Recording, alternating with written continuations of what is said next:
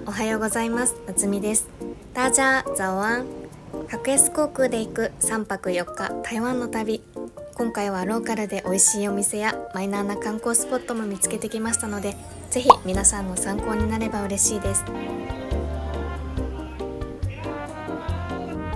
ちら日本はあいにくの雨なのですが、台湾は天気がいいことを願っていざ出発です。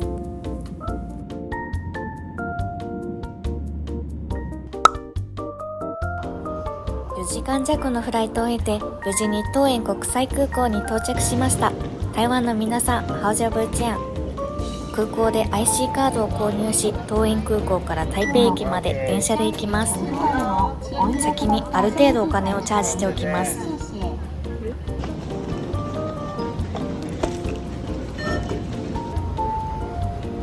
2番線の台北駅行きに乗ります。電車は快速と各駅停車があり、値段は一緒です。快速だと台北駅まで35分、各駅停車だと50分かかります。今回は快速に乗りました。MRT の中はこんな感じで、席にもしっかりゆとりがあります。スーツケースを持っていても安心です。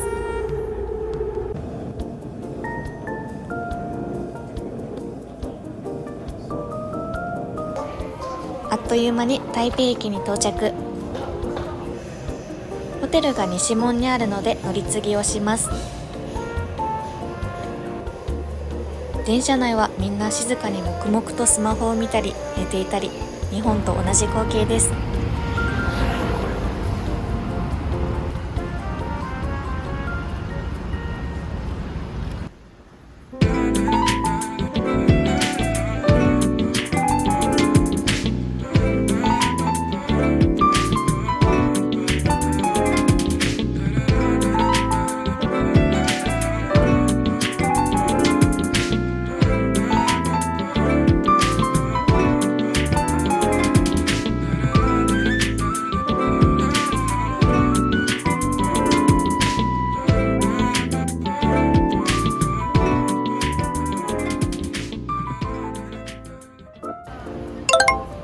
1日目は西門、東門、夜市へ。さて早速西門で美味しいグルメを食べてみましょう。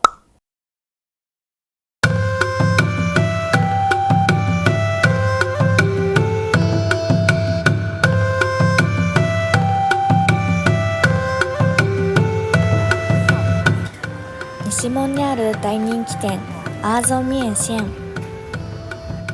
台湾人の知り合いにこれは食べてきてとおすすめされた麺線。かつおだしが効いた親しみのある味で、トロトロの麺がとっても美味しかったです。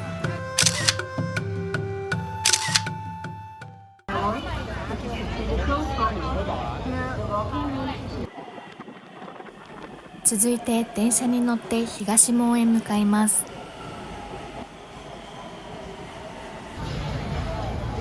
東門の駅で降りたら四環寺へというストリートへ行きます。四環寺へにはおしゃれな雑貨屋さんが多く、私のお気に入りの街です。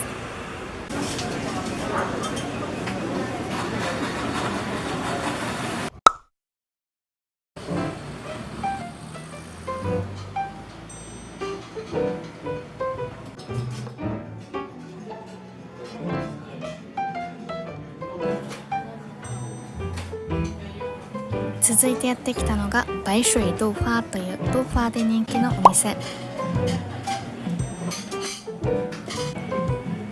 使われてる器やスプーンまでおしゃれでセンス抜群。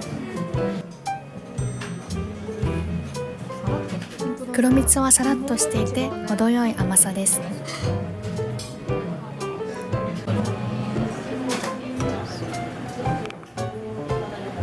初めての豆花、さっぱりした味わいでピーナッツとタピオカのトッピングがとっても美味しかったです。店員さんも優しくておすすめのお店です。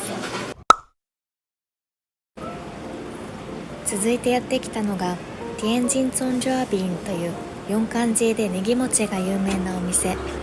前回はかなり並んでいたのですが、今回は雨の影響か空いていたのですぐに購入できました。プレーンは1つ30元。生地がもちもちふわふわで一瞬で食べ終わってしまうほどの美味しさでした。四冠寺には雑貨屋さんがたくさんあるのでいろいろ見てみましょう。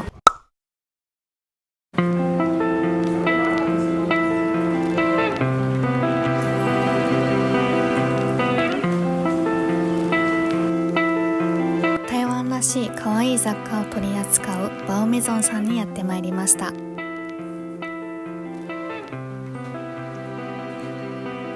台湾グルメのメモ帳がとっても可愛かったです。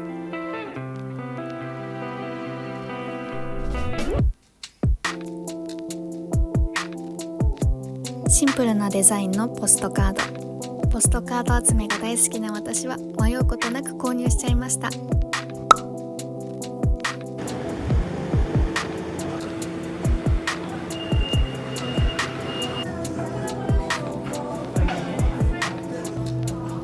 ここライハオは観光雑誌にもよく紹介されている四冠寺で有名な雑貨屋さんです。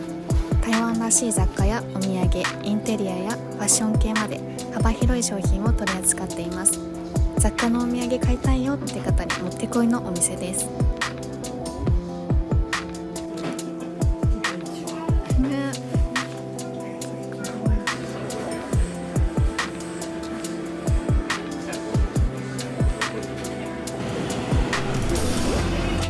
今回の旅行では行ったことのない夜市に行こうと思っていて、早速シーターイエシーに行ってみます。台湾は湿気が多く、少し歩いただけでも息切れです。台湾師範大学が近くにあるようで学生がたくさんいました。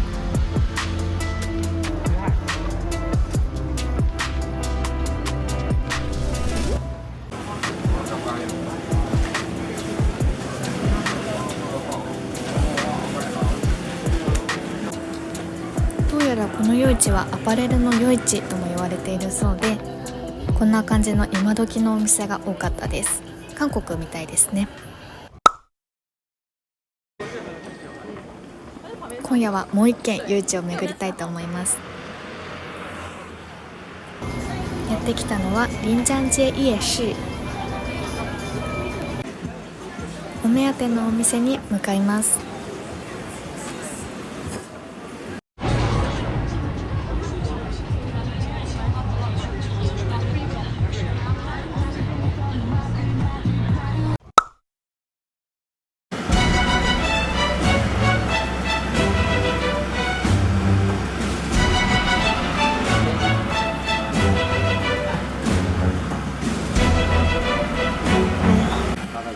知る人ぞ知る小籠包の人気店真好咸肉小籠湯包。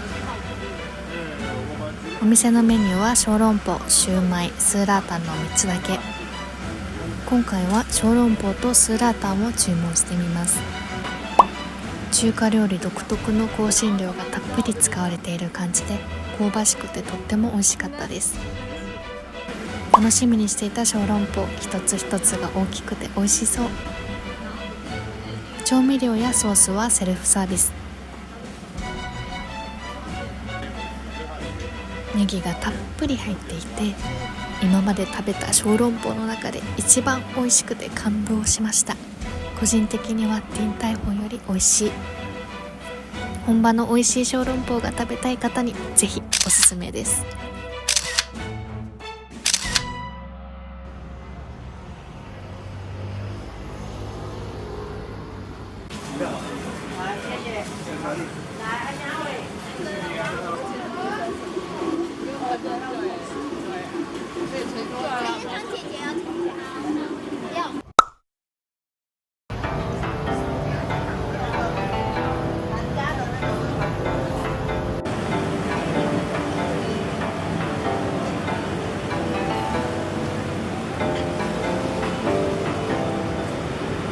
仙草ゼリーを食べにやってきました。店内で食べることもテイクアウトも可能です。とりあえず定番メニューを頼んでみることに。仙草ゼリーとは日本で少し珍しい静岡のハーブゼリーで、ほんのり甘くてあっさりしていて食べやすいです。そして何よりこの一緒にトッピングされているタロイモとさつまいもの団子が甘くてもちもちしていて美味しかったです。今日は蒸し暑い天気だったのでちょうど体も冷やされて最高です。店内にはサインがたくさん、著名人のサインなのか分かりませんが、日本の雑誌にもよく取り上げられていて、今井翼さんも来たみたいです。おじちゃんがチャーミングで可愛かったな。さて今日はもうヘトヘトなので帰宅しましょう。ホテルで台湾ビールを飲んでおやすみなさい。おはようございます。2日目は台中へ。新幹線に乗るために台北駅に行きます。なんと中国語でチケット買えました。嬉しいです。新幹線の乗る場所は足元の印を頼りに。なんともキュートなデザインの新幹線がやってきました。台湾には可愛らしいものが多いなと思います。では早速台湾の新幹線に乗ってみましょう。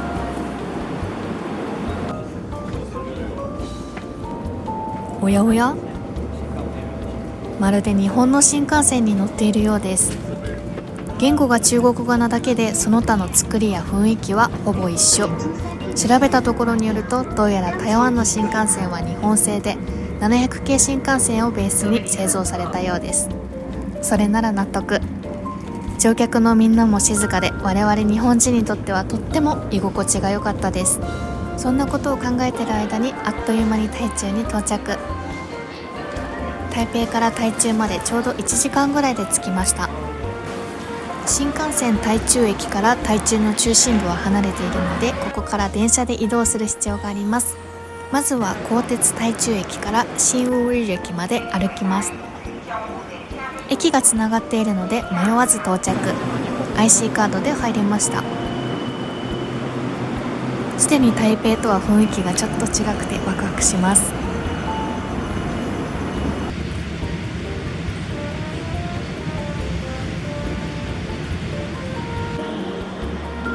台中駅に到着しました。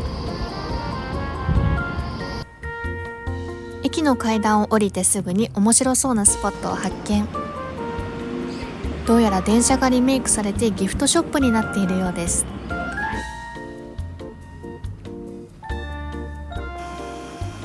中では可愛らしい雑貨が販売されていました。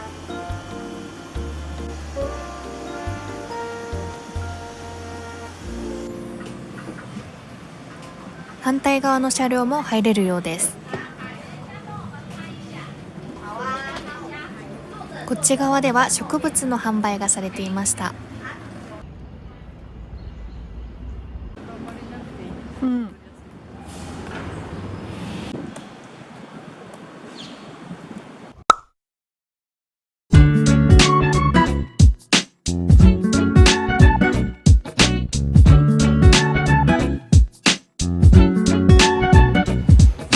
ここハウシング1035はもともと1910年代に耳鼻科の病院として使われていた建物をリノベーションして作られたカフェ。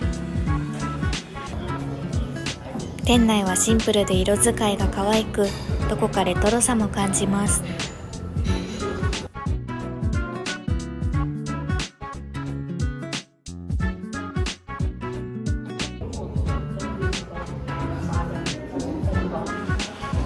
店員さんは日本語も話せるので安心して注文できました。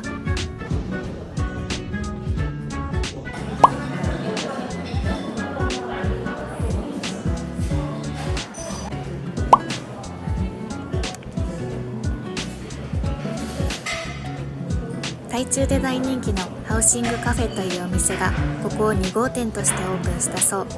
私が頼んだのは抹茶のシフォンケーキ。この濃厚なクリームが抹茶好きにはたまりません。店内には日本の雑誌がたくさん置いてあってなんだか嬉しい。スイーツを味わいながらこの後の予定と明日の予定を母と練りました。順調に行きたいところを制覇できていて嬉しいです。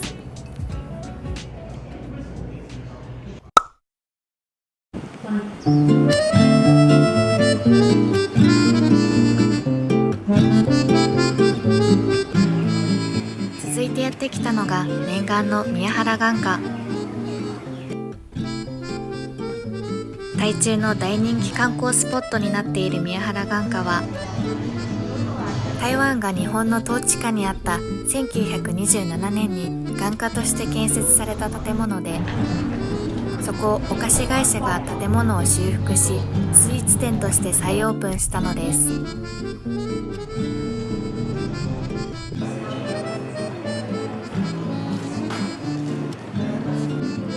店内は図書館をイメージした内装で、どこを切り取ってもフォトジェニック。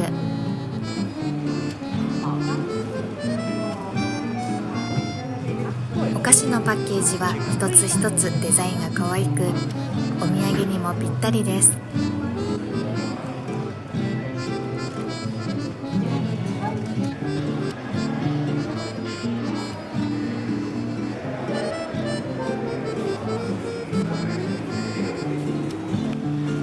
鮮やかで台湾レトロを感じさせるデザインが本当に可愛いんです。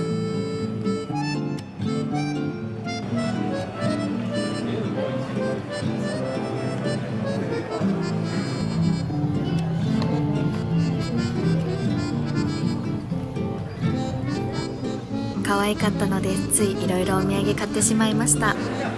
宮原眼科はアイスクリームも有名なのでぜひ行ってみてください。まだまだ台中の散策は続きます。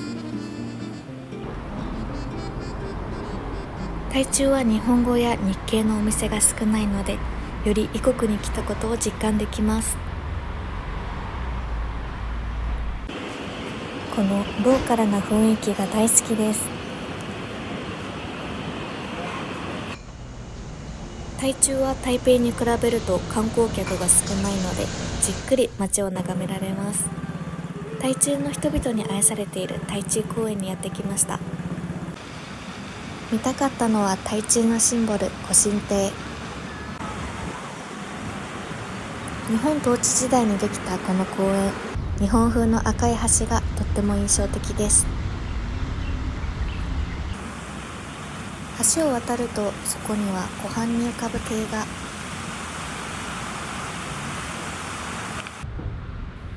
この優美な欧風建築の湖心亭は1908年、当時台中を訪れた皇族の休憩所として作られたそうです。ここから眺める景色がとても美しく気持ちよかったです。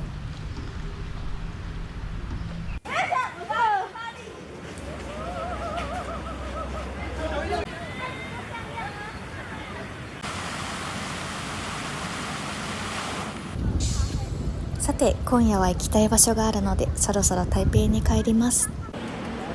台中は程よく都会で程よいのんびりさがあってとっても楽しかったです。台北とはまた違う台中の緑豊かでのんびりとした雰囲気がとっても良かった。ホ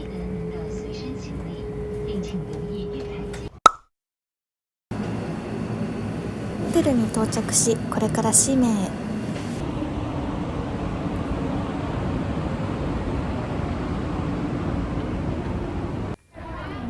夜でもこのにぎわい、眠らない街ですね。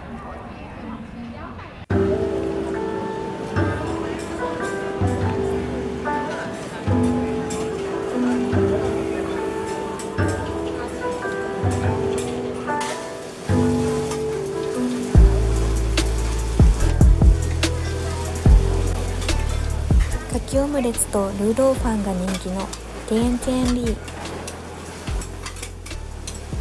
お皿を使って作るこの職人の手さばきがなんともかっこいい。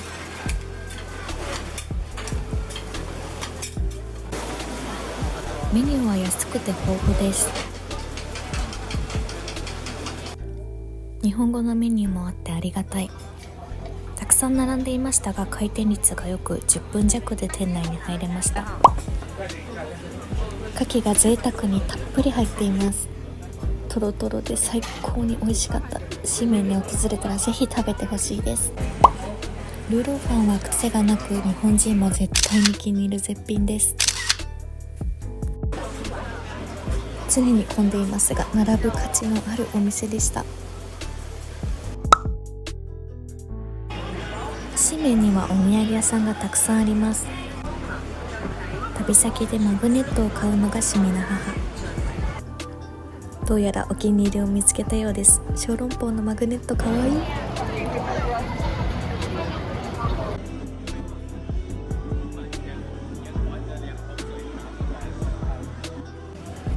台湾の名物グルメダージーパイ。台湾は3回目ですが、今回が初挑戦です。手のひらより大きい台湾の唐揚げ、カリカリサクサクで美味しかったけど、さすがに大きすぎて苦戦しました。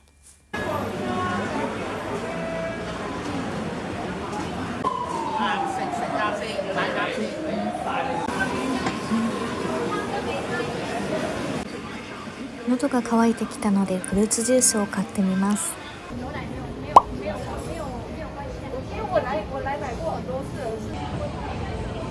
想像よりあっさりしていて、個人的にはもうちょっと濃厚が良かったかも。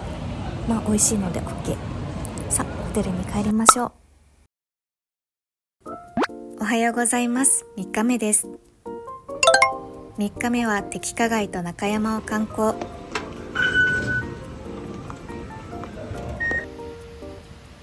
3日目のお天気はあいにくの雨なのですが、今日も楽しみます。雨が多い台湾はヒロと呼ばれる歩道が半野外になっている作りが多く、これによってあまり濡れる心配はありません。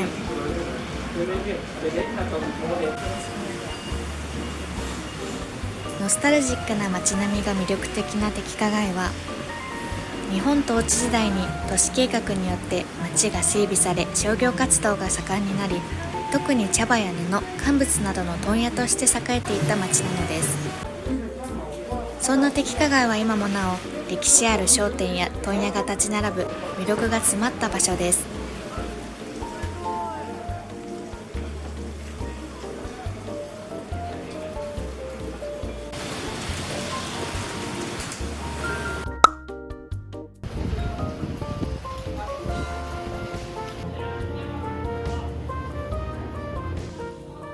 台湾らしい可愛いデザインが多い雑貨屋さんを見つけました。ポストカードの絵がリアルで台湾感あふれてて可愛いです。シリン夜市の絵もありました。台湾の雑貨ってなんでこんなに可愛いんでしょう。柔らかい雰囲気がたまりません。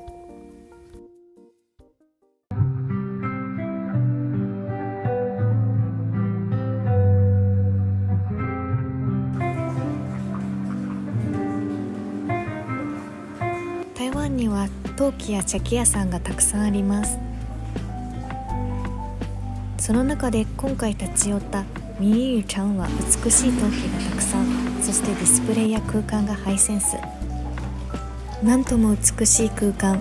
台湾はどこに行っても緑が美しい。2階にはカフェもあるそうなので、ぜひ行ってみてください。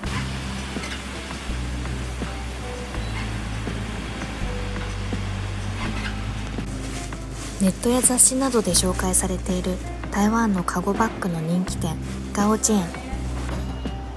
店内には日本人しかおらず、値段も観光客向けです。カゴバッグ欲しいけどどうしようと迷っているところに、いいお店見つけてきました。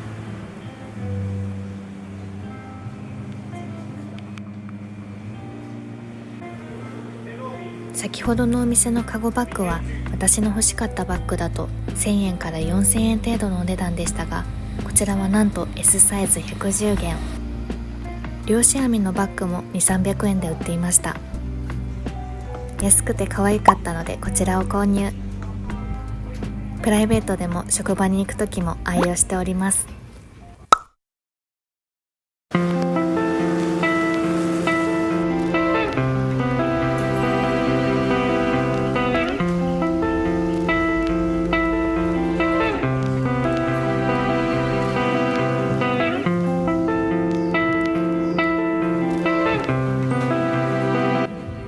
狭い通路を越えると静かに佇む趣のある素敵なカフェが。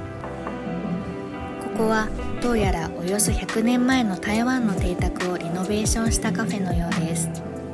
台台湾は昔から伝わるいいものを再生し、新たな芸術やビジネスを作り出すのが得意なようです。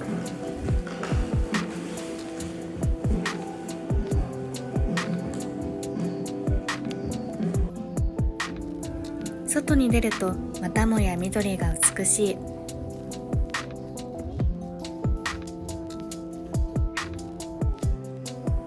紅茶を飲んで一休み。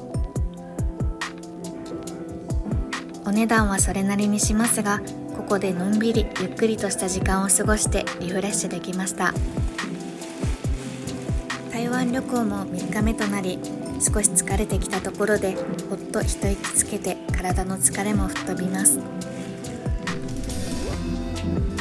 日本人あるあるなのでしょうか。せっかく旅行に来たのならとスケジュールを詰め詰めにしてしまいがち。いつかゆったりとした旅をできるようになりたいものです。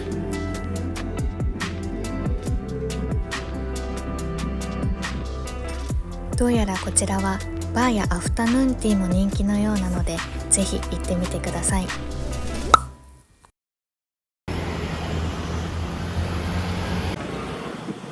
カフェにいる間に雨が止んだようです。こちらは台湾のせかしてくる信号。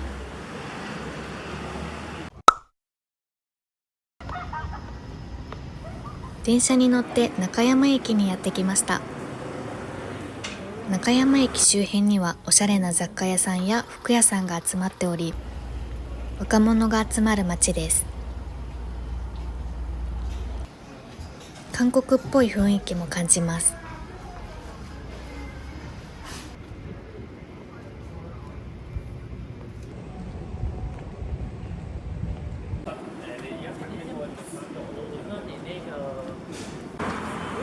お土産に最適なパイナップルケーキが売っているお店にやってきました。かわいい紙包みでかつ個包装されているので、職場などにおすすめです。さて続いて向かうのは大龍洞保安宮というお寺。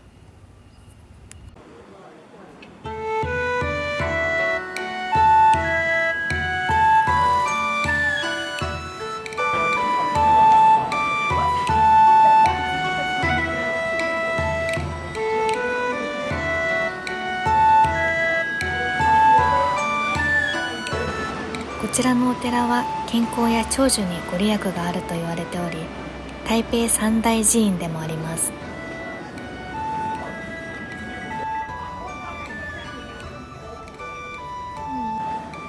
色使いや装飾がとっても美しいですね。せっかくお寺に来たので、私たちも見よう見まねでお参りしてみました。ポエを投げて表と裏が出たらおみくじを引きます。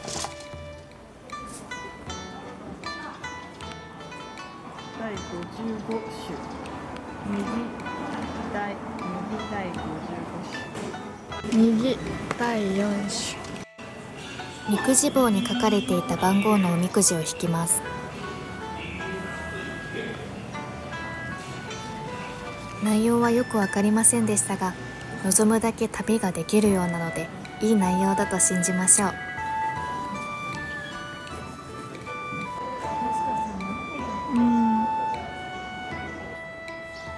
お線香に火を灯し、お供えをして自分自身の身と心を清めます。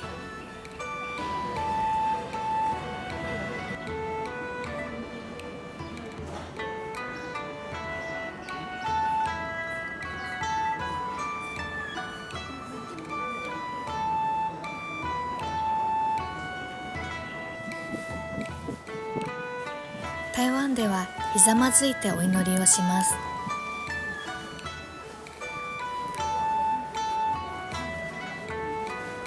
日本では見ることのない参拝方法ですね。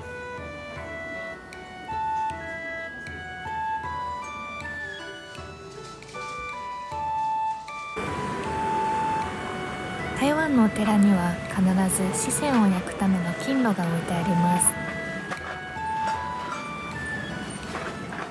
最後に紙銭を燃やしたら参拝は終了です。ここの金色の四川は神様に捧げるお金を意味しているようです。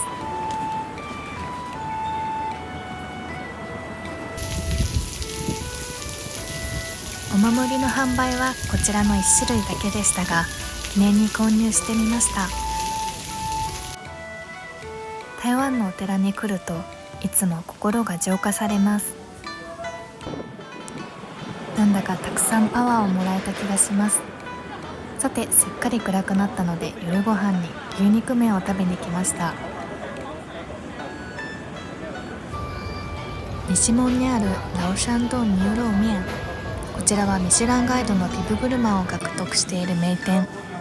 注文は紙に記入式。お目当ての牛肉麺と水餃子を頼んでみます。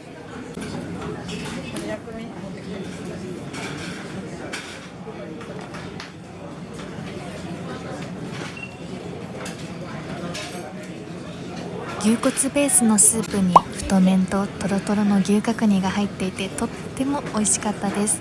水餃子のもちもちな皮も最高でした。一見入りにくそうな雰囲気がありましたが、中は大にぎわいでとっても美味しいお店でした。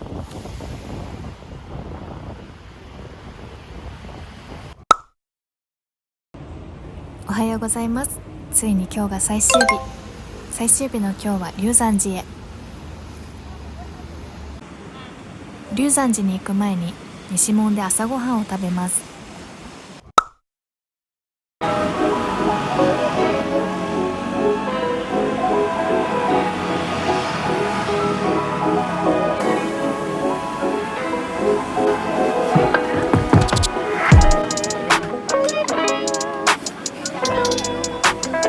朝ごはんに台湾グルメの豆乳スープを食べに来ました。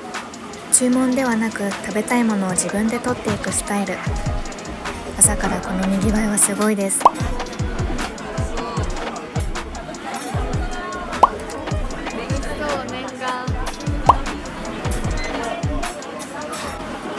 念願の豆乳スープ、あっさりしていて台湾の朝ごはんに人気な理由が分かりました。地元の方より外国の方の方が多かったかもしれないですが、美味しかったです。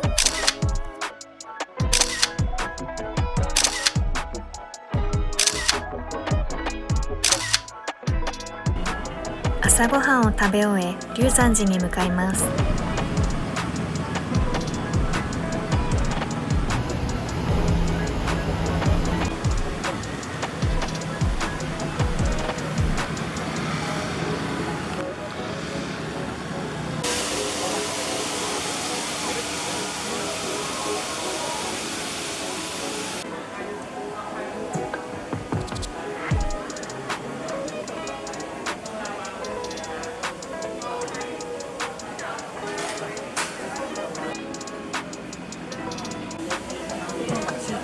今日もおみくじ引いてみました。あ、本当だ。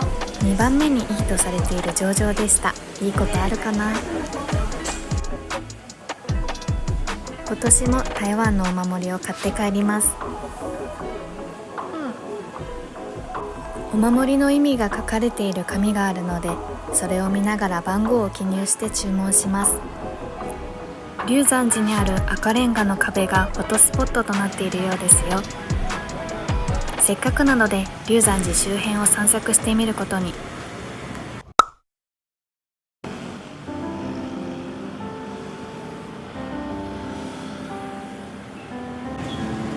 街中に突然現れた白肥寮。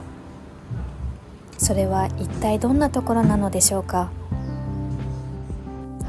ここ白肥寮は100年余り前の清朝時代に作られた街並みを今もきれいに残しており、素敵な紅色のレンガや壁画アートが印象的な場所。白肥寮という少し怖い響きの名前は、当時中国から運ばれてきた木材の皮を剥いで紙に加工していたことから名付いたと言われています。また最近では台湾の大ヒット映画「門がに散る」の撮影ロケ地だったこともあり、今は観光スポットとして観光客が多く訪れているそうです。ランタンが連なっていて趣のある白肥寮。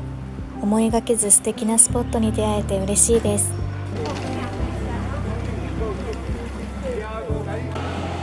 西門に戻ります。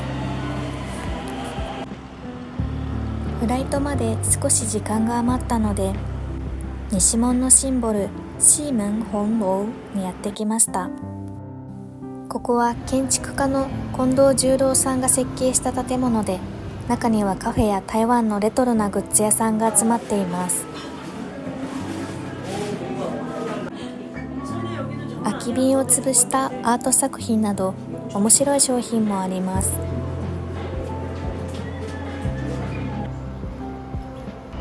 さて時間になったのでホテルで荷物を受け取り、今から空港に向かいます。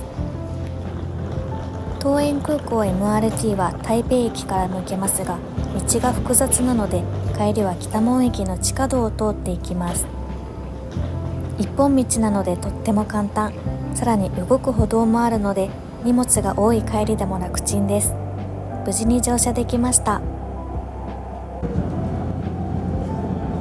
帰りも快速の MRT に乗ったので空港まで30分です。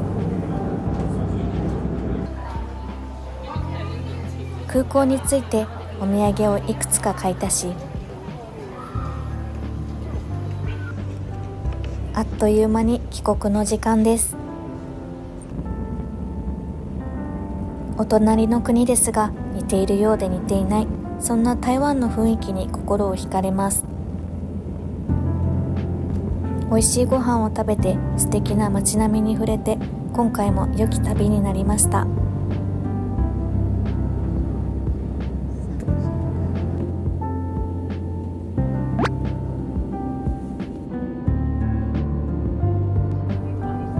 ずっと楽しみにしていた旅行が終わってしまうのは寂しいですが、きっとまたすぐに来るので、それまでを楽しみに明日からお仕事頑張ります。